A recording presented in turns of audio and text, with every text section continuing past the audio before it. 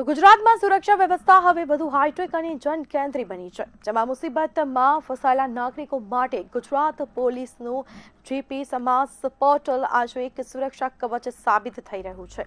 ગૃહ રાજ્યમંત્રી હર્ષ સંઘવીની આ પહેલે પોલીસને નાગરિકોથી માત્ર એક ક્લિકના અંતરે લાવી દીધી છે। આ સિસ્ટમના પરિણામે અત્યાર સુધીમાં 1150થી વધુ પરિવારોની સમસ્યાનો સુખદ ઉકેલ લાવવામાં પણ સફળતા મળી છે। ये जो प्रयास, इस प्रयास की वजह से डिजिटल प्लेटफॉर्म का मैक्सिमम यूटिलाइजेशन फॉर गवर्नेंस हम कर रहे हैं और भी बहुत सारे माध्यम हैं, जैसे कि 112 नंबर है और भी बहुत सारे नंबर है जहाँ पे लोग शिकायत कर सकते हैं।